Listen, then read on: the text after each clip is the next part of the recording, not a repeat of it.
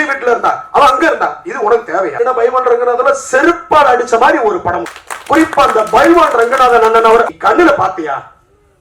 பார்க்காத விஷயத்த ஒரு வியூவர்ஸை கலெக்ட் பண்ணணும், அதன் மூலம் ஒரு வருமானம் வரணும் அப்படின்னு வதந்திகள் எல்லாமே தயவுசு கல்யாணம் செட்டில் ஆகி குழந்தை குட்டியோட பேரப்பிள்ளையோட இருக்கிற பத்தி தயவுசு நம்ம எழுத வேணாம் அப்படின்னு ஒரு சினிமாக்காரனா என்னுடைய பொதுவாகவே பெண்கள் அவ்வளவு தூரம் எழுதக்கூடாது.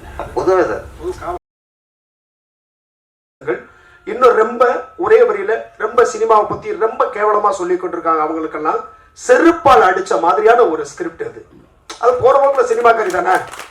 குறிப்பா அந்த பைவான் ரங்கநாதன் அண்ணன் அவர் மேல எனக்கு ஒரு பெரிய மதிப்பு இருக்கு. எனக்கு ஒரு மதிப்பு இருக்கு. என்னன்னா அவர் என்னுடைய தகப்பன் ஸ்தானத்தில் இருக்கக்கூடியவர். ஆனால் என் சினிமாவை நீ கண்ணுல பாத்தியா? பார்க்காத விஷயத்த ஒரு வியூவர்ஸை கலெக்ட் பண்ணணும், அதன் மூலம் ஒரு வருமானம் வரணும் அப்படின்றதுக்காக ஒரு குழந்தைகிட்ட கூட ஒரு முத்தத்தை நீ கேட்கணும்னா அந்த குழந்தை விருப்பம் இருக்கணும், சம்மதம் இருக்கணும். அப்பதான் அந்த பாப்பா நமக்கு கொடுக்கும். அங்கிளுக்கு ஒரு முத்தம் கொடுமா அப்படின்னு கேட்டு பாருங்களேன். தெரியாத ஃப்ரெண்ட்ஸோட பொண்ணோட மனசு ஒப்பணும் ஒரு விஷயத்துக்கு. ரொம்ப வலிக்குது. என்னன்னா பைவான் ரங்கநாதன் செருப்பால் அடிச்ச மாதிரி ஒரு படம் கிடையாது. அது போன்ற ஆளுகள் எல்லாம் அடிச்ச மாதிரி நீ பார்க்காத ஒரு விஷயத்த, கேட்காத ஒரு விஷயத்த அவன் வந்தா, அவன் அங்க போனா, அவன் இப்படி பண்ணா, திருசா விஜய் வீட்டுல இருந்தா, அவன் அங்க இருந்தா, இது உனக்கு தேவையா? உன் வேலை என்ன? அவன் சினிமாவோட 4 கோடி ரூபாய் 5 கோடி ரூபாய் போட்டு ஒரு படம் எடுக்கிறதுக்கு எவ்வளவு போராடிட்டு இருக்காங்க. ஒரு அசிஸ்டன்ட் டைரக்டர் சாப்பிடாம ஒரு வரி இருக்கும், செருப்புல ஊக்கு போட்டுட்டு பிஞ்ச செருப்பு போட்டுக்கிட்டு இந்த கோடம்பாக்கத்துல எத்தனையோ உதவி இயக்குனர்கள் அலைஞ்சிருக்காங்க. அதெல்லாம் இவங்களுக்கு தெரியாம ஒரு மைக் கிடைச்சிருச்சு, ஒரு 10 ரூம்ல எனக்கெல்லாம் பேச தெரியாமலும் இல்ல, தீ பிடிக்க விட்டுருவேன். வேணாம், நான் அதுக்கு வரல. நம்மளுடைய களம் வேறு, நம்மளுடைய பயணம் வேறு, நம்மளுடைய பாதை வேறு. முடிஞ்சா 4 பேரை தட்டி கொடு, இல்லையா வேலை உண்டுன்னு சொல்லிட்டு ஒரு சுயநலமா இந்த வாழ்க்கையை வாழ்ந்துட்டு நீ போ. நீ எத்தனை வருஷம் இந்த மண்ணில் வாழ போற? கொரோனாவிலிருந்து நம்ம மீண்டு வந்திருக்கிறோம். இது போன்ற தம்பியை போன்ற இயக்குனர்கள், ஒரு எடிட்டருக்குள்ள ஒரு ஆக சிறந்த ஒரு கற்பனை இருக்கும். ஒரு 2.5 மணி நேரம் 3 மணி நேரம் படத்தை இழுத்துக்கிட்டே போறோம்னா எடிட்டர் எங்க கை வைக்கணும், எங்க கட் பண்ணா எங்க ஃபாஸ்டா இருக்கும், எங்க பூம் இருக்கும், எங்க ஃபைட் வைக்கணும், எங்க சாங்க எந்த இடத்துல கட் பண்ணணும் அப்படின்னு மாஸ்டர்ஸ் இருந்தா கூட editor is basically is a creator. அவனும் ஒரு டைரக்டர், படைப்பாளிக்கு சமம். ஏன் படைப்பாளின்னு சொல்றோம், இயக்குனர்னு சொல்லாம? படைப்பாளி என்பவன் படைப்பாளர்களை ஆள்பவன், பிரம்மன், மனிதர்களை உருவாக்குவன், வித்தியாசமான கதாபாத்திரங்களை, வித்தியாசமான முகங்களை கொண்டு ஒரு படைப்பாளன். இன்று கருடன் ஓடிக்கொண்டிருக்கிறது, இன்று அறம் ஓடியது, இப்படி நிறைய படங்கள் ஓடிக்கொண்டிருக்கிறார். அந்த இயக்குனுடைய வழி, அந்த கற்பனை வளம். நிறைய பேசணும், நிறைய ஆளுமைகள் இருக்கிறாங்க. மேடையில் உள்ளிட்ட அத்துணை பேருக்கும் மனசார வாழ்த்த வந்த உங்கள் அனைவருக்கும் எனது நன்றியை தெரிவித்துக் கொள்கிறேன். அண்ணன் பெரு துளசி பழனிவேல் அவர்கள்லாம் என்னை போன்ற ஆளுகளால் ஊக்கப்படுத்தி கொண்டிருக்கிறார்கள். எனவே பத்திரிகையாளர் சகோதரர்கள் பலருக்கு தெரியும். அந்த நிகழ்வை சிறப்பாக செய்து கொண்டிருக்கின்ற அண்ணன் கிளாமர் சத்யா அவர்களுக்கும், தேங்கினால் அது குளம், தேங்கினால் அது குட்டை, தேங்கி கிடந்தால் அது ஏரி, ஓடிக்கொண்டே இருந்தால் அது நதி. அன்பு தம்பி நதி இன்னும் சினிமாவில் நிறைய ஓட்டங்களை ஓடி அந்த வெற்றி ஒரு உயரத்திலே, ஒரு சிகரத்திலே இருக்க என் நெஞ்ச தோட்டத்திலே பூத்திருக்கின்ற வஞ்சகமில்லா மலர்களால் வாழ்த்துக்கள் கூறி, அன்பு அண்ணன் என் மீது ரொம்ப பாசமும் மரியாதையும் வைத்திருக்கின்ற பேரரசு அண்ணன் அவர்களுடைய பாடல் உண்மையிலே நானும் அண்ணனும் உட்காந்துதான் கேட்டோம். அதை பத்தி பேசணும்னா அதுக்கு ஒரு 10 நிமிஷம் தேவைப்படும். எனவே அன்பு அண்ணன் சினிமாவை நேசித்து ஒரு நாட்டரசங்கோட்டை அப்படின்ற ஒரு ஊர்ல இருந்து வந்து இன்னைக்கு சினிமாவில் என்னென்ன டைட்டில் எதுக்கு வைக்கிறாங்க, ஏன் வைக்கிறாங்கன்னு ஒண்ணுமே புரியல. தமிழ் செத்து போய் கொண்டு இருக்கிறது. என்ன டைட்டில்? ஒரு படத்திற்கு கதை எப்படி முக்கியமோ அது போல அந்த படத்தினுடைய தலைப்பு மிக மிக முக்கியம். எத்தனையோ இருந்தாலும் கூட தான் பிறந்த தமிழகத்தினுடைய மண்ணுகளுடைய ஊரை பேரை வைக்கிறதுக்கே ஒரு பவர் வேணும் இல்லைங்க. திருப்பாச்சி அருவாளுக்கு ஃபேமஸ், திருப்பதி லட்டுக்கு ஃபேமஸ், சிவகாசி பட்டாசு தொழிலாளி, திருவண்ணாமலை, பழனி, இதுக்கு ஒரு வரலாறு வேணும், அதுக்கு ஒரு கட்சி வேணும்ல. ப்ரொடியூசர் சொல்லியிருப்பாங்க, இல்ல பேரரசு நீ டைட்டில் வேற மாத்தி வை, என் கதை என் படைப்பு, இந்த தலைப்பை வைங்க, இது நல்லா இருக்கும். கான்பிடண்டா இருக்காருல்ல. அப்ப இந்த தமிழ் சமூகத்திற்கும் இந்த தமிழ் மண்ணுக்கும் எவ்வளவு ஒரு பெருமையை சேர்த்து கொண்டிருக்கிற அற்புதமான இயக்குனர் அவர் வந்து இந்த படத்துல ஒரு பாடலும் எழுதி அதுல டைட்டில் கார்டு போகும்போது கலை உலக தாய் நதி இங்க வா அப்படித்தானே போட்டிருந்தேன். எப்படி போட்டிருந்தேன்? கலை யுக தாய். எவ்வளவு பெரிய வார்த்தை தெரியுமாங்க அது. அது ஒரு டீப் கான்சோலன்ஸ். அதை நீங்க ஃபீல் பண்ணா மட்டும்தான். அப்ப நதி தன்னை அல்லது பேரரசு அவர்களை எப்படி உணர்ந்திருந்தால் கலை உலக தாய் என்று சொல்லுவார். அந்த தாய் அந்த வார்த்தைக்கு அர்த்தமே கிடையாதுங்க. கண்ணில் பார்க்குற ஒரே கடவுள் தாய் மட்டும்தான். அப்படி பேரரசு அண்ணனை தாயா பார்க்குற நதி, நீ ஜெயிக்கணும். உனக்கு என்ன சப்போர்ட்னாலும் அண்ணன் நான் செய்கிறோம். சரியா? வாழ்த்துக்கள். நான் வேறொரு ஃபங்க்ஷனில் இருந்தேன், அதனால் கொஞ்சம் லேட்டாக வந்து ஜாயின் பண்ணேன். இருந்தாலும் இந்த டைட்டில் என்ன இங்கே வர வச்சிருச்சு. ஏதோ ஒரு விஷயம் இருக்கும்போது இருக்கியா, மிஸ் பண்ணிடக்கூடாது இது அப்படின்னு. உண்மையில் ஒரு தைரியமான டைட்டில் வச்ச நதிக்கு என்னுடைய முதற்கண் வாழ்த்துகள். பெரிய ஆளாக இருக்கும்.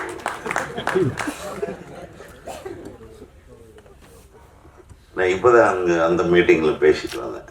தயவு பண்ணி இப்போ நிறைய பேர் டைட்டில் வைக்கிறாங்க. இப்போ டைட்டில் என்ன டைட்டில் வைக்கிறதுன்னு யோசனை பண்ணிக்கிட்டு அவன் மோட்டர் சைக்கிளும் கார்லேயும் சுற்றிட்டு இருக்காங்க போட்டு. யூட்டர்ன் டைட்டில் வச்சிடலாம், ஜங்ஷன் டைட்டில் வைக்கலாம், ரவுண்ட் ஆனா சிக்னல், பார்க்கிங். நல்ல யோசனை. எவ்வளோ அழகான டைட்டில்கள் நம்ம வச்சு, நம்ம டைட்டில் வைக்கிறதுக்கே ஒரு வாரம் 10 நாள் ரூம் போட்டு டிஸ்கஸ் பண்ணுவோம். நல்ல டைட்டில் கொடுக்குற உதவியாளருக்கு வந்து ஒரு 10,000 ரூபாய் 5,000 ரூபான்னு சன்மானம் கொடுப்போம். அதனால் சூப்பரான டைட்டில் வச்ச உனக்கு என்ன கொடுக்குறதுன்னு தெரியல. என்ன கொடுக்கலாம்? இதுக்கு அந்த அந்த அந்த இது கொடுத்தோன்னே டென்ஷன் ஆகிட்டேன் நான். எவ்வளோ நீளமா நான் உன்னையும் வேண்டி விரும்பி கேட்டுக்கிறேன். இதுக்கு நீ வந்து ஆண் உரை டைட்டில் வச்சிருந்துருக்கலாம் இல்லையா? அதை கூட அழகான டைட்டில் தான். இல்லை, இது எல்லாத்துக்குமே தெரியும். இது இங்கிலீஷில் இருந்தாலும் சரி, இது எல்லாரும் தெரிஞ்சு வச்சுக்கிறாங்க. அது வேறு விஷயம், காமன் டைட்டில் தான். பட் நான் திங்க் பண்ணேன், சரி இது ஒரு விஷயமா இருக்குது. இவன் அசிஸ்டன்ட் அசிஸ்டன்ட் எடிட்டராக இருக்கும்போது என்னென்னலாம் மைண்டில் தோணுச்சோ, சினிமான்னா அப்படி இருக்கலாம் இப்படி இருக்கலாம், நல்லா உசு பேத்து விட்டு ஜாலியாக இருக்கலாம், மேட்ரு அப்படி ஒரு ஃபிகர் கரெக்ட் பண்ணிக்கலாம், இப்போ இதோ யோசனை பண்ணிட்டு வந்திருப்பான் போல் இருக்கு. அதையெல்லாம் வச்சு ஒரு படம் எடுத்துக்கலாம்.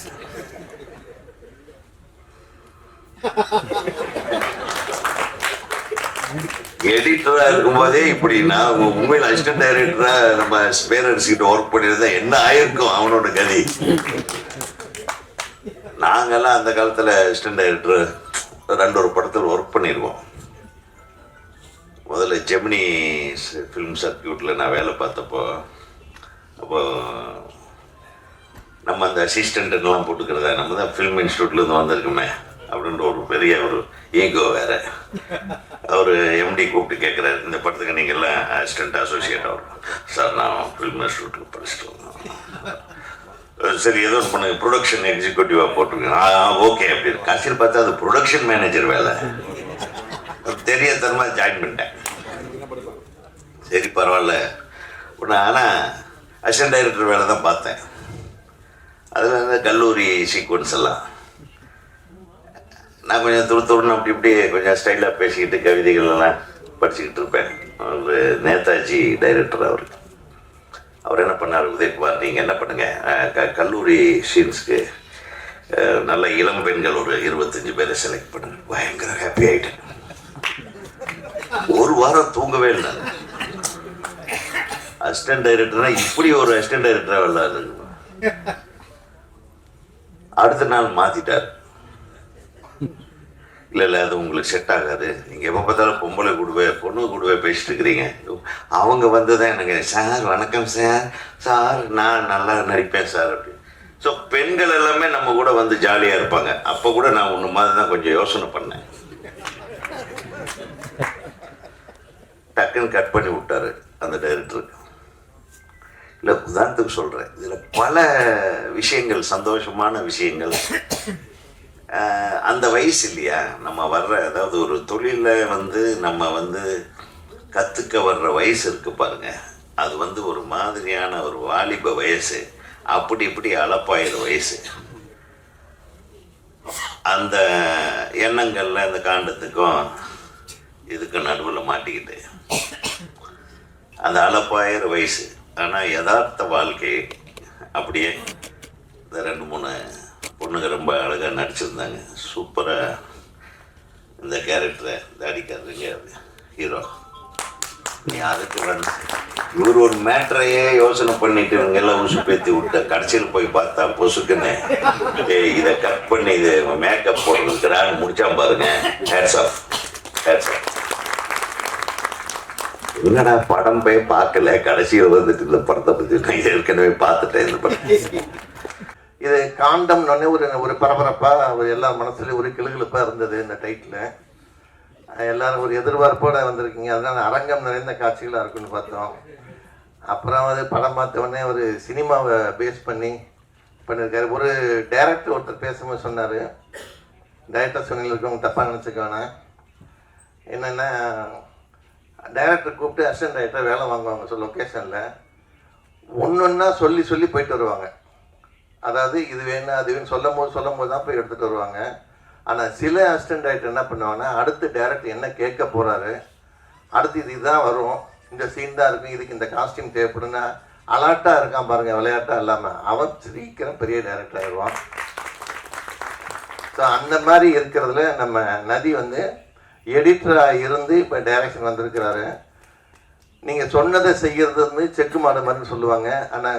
ஆனால் ஓவர் டேக் பண்ணிட்டு போயிடக்கூடாது, டைரக்டருங்க கட் பண்ணிடுவாங்க. அதுலேயும் நம்ம ஜாக்கிரதையாக இருக்கணும் அசிஸ்டன்ட் டைரக்டருங்க. ஸோ நீங்கள் வந்து உங்கள் திறமையை வளர்த்துக்கிறதுக்கு டைரக்டர் கூடயே திறந்து போய் அசிஸ்டன்ட் டைரக்டர்லாம் பெரிய ஆளாக வந்திருக்காங்க, வந்துக்கிட்டு இருக்காங்க. ஸோ இவர் இந்த ஃபஸ்ட்டு ஒரு டைரக்ஷனில் இப்படி ஒரு டைட்டிலை வச்சு ஒரு பரபரப்புக்காக இந்த டைட்டிலை வச்சுருக்கிறாரு.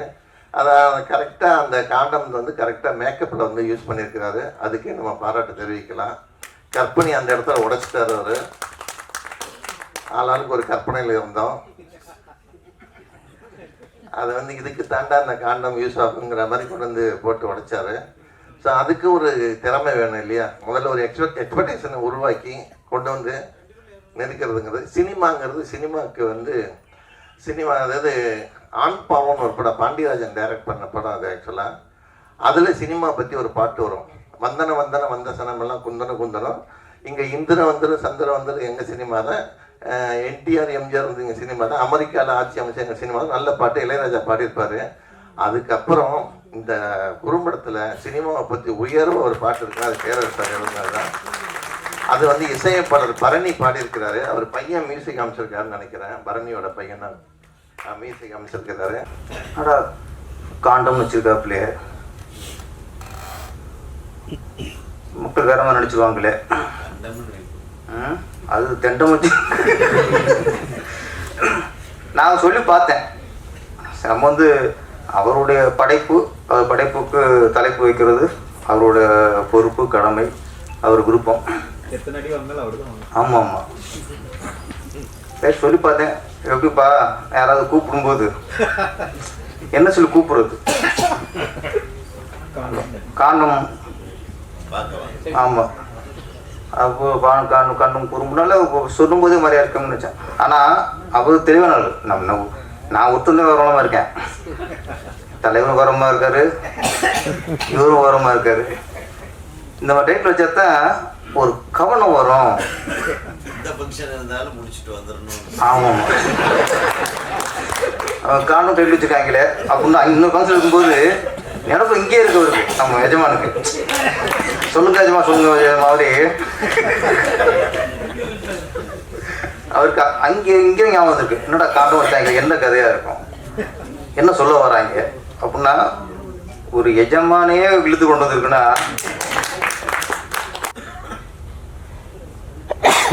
ஒரு கதாநாயகனை பற்றி கரண்ட் இருக்குன்னு பற்றி வதந்திகள் கிசு வரும், இயல்பது. அது எப்போவுமே எம்ஜிஆர் காலத்துலேருந்து சிவாஜி காலத்துலேருந்து இப்போ ரஜினி காலம், கமல்ஹாசன், விஜய், அஜித் கிசு வரும். அது சில விஷயம் நினச்சி அவங்கள பாதிக்காது. அவங்களே அதை கலந்து போயிடுவாங்க, நினைக்க மாட்டாங்க. ஒரு கதாநாயகனை பற்றியும் ஒரு கதாநாயகியை பற்றியும் கிசு வரும் பொழுது அவர்களே அதை பெரிதாக நினைக்க மாட்டார்கள். இது சினிமாவில் இது சகஜம் அப்படின்னு தாண்டி போயிடுவாங்க. நான் அப்படி எழுது தப்பு இல்லை. ஒரு கதாநாயகி ஒரு 10 வருஷமாக சினிமாவில் பயணிச்சு நடிச்சு அதுக்கப்புறம் அவங்க யாரையோ ஒருத்தர் விரும்பி கல்யாணம் பண்ணி அவங்களுக்கு 2 குழந்தைலாம் பிறந்து அதுக்கு பேர் வச்சு ஸ்கூலில் சேர்த்து விட்டாங்க. இப்போ போய் அந்த கதாநாயகி ஆரம்பத்தில் எந்தெந்த நடிகருடன் தொடர்பில் இருந்தார். கேவலமாட்ட கேவலம் தானது. ஒரு பெரிய நடிகர் அவருக்கு பையனோ பொண்ணு பிறந்து பேரம்பத்திய எனக்கு +1 படிச்சிருக்காங்க. இப்போ இந்த நடிகரை குறிப்பிட்டு 40 வருஷம் 50 வருஷம் முன்னாடி அவர் ஃபஸ்ட்டு எந்த நடிகரை தொடர்பு இருந்தார். இந்த நடிகை இப்படி பண்ணி அவர் ஏமாத்திட்டாரு. நான் என்ன சொல்றேன்னா, இந்த செய்தியில் போடும்போது இந்த பேரையும் படிப்பாங்க இல்லையா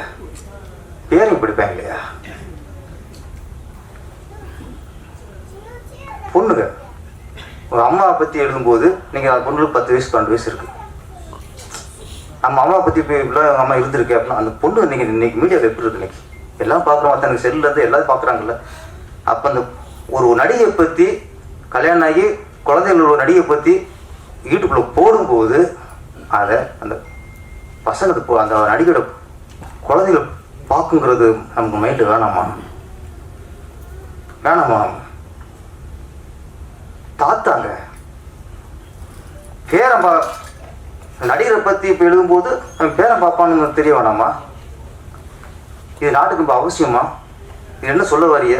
இது என்ன தேசப்பற்றா? இது என்ன நாட்டுப்பற்றா?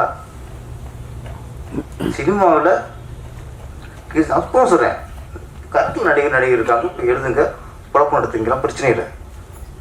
40 வருஷம் முன்னாடி இன்னும் நீ ஆரம்பிச்சுறாங்க. போன ஜென்மத்தில் இவர் இப்படி இருந்தார். அது ஆமாம், இந்த நடிகர் போன ஜென்மத்தில் இங்கே இந்த உங்களோட தொடர்பு இருந்தார். அதெல்லாம் கலருவாங்க. இப்போ தயவுசெய்து கல்யாணம் ஆகி செட்டில் ஆகி அவங்கவுங்க குடும்பத்தை பார்த்துட்டு இருக்காங்கல்ல, அவங்க போய் தயவுசெய்து எழுதாங்க ப்ளீஸ். விட்டுருக்க நமக்கு குழப்பு வேணுமா? கரண்ட்ல இருக்க எழுதிக்கங்க. உதயகுமார் பற்றி எழுதுங்க, என்னை பற்றி எழுதுங்க. ஏன்னா இவர் அதெல்லாம் ஈஸியாக எடுத்து போயிடுவார். அது இப்போ எழுதக்கூடாது. அவருக்கு ஒரு பொண்ணெலாம் இருக்கு.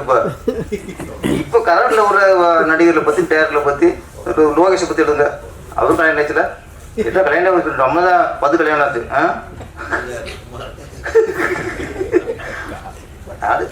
வதந்திகள் எல்லாமே தயவுசு கல்யாணம் ஆகி செட்டில் ஆகி குழந்தை குட்டியோட பேரப்பிள்ளையோட இருக்கிற பற்றி தயவுசு நம்ம எழுத வேணாம். அப்படிங்கிற ஒரு சினிமாக்காரனா என்னுடைய பொதுவாகவே பெண்கள் அவ்வளோ எழுதக்கூடாது.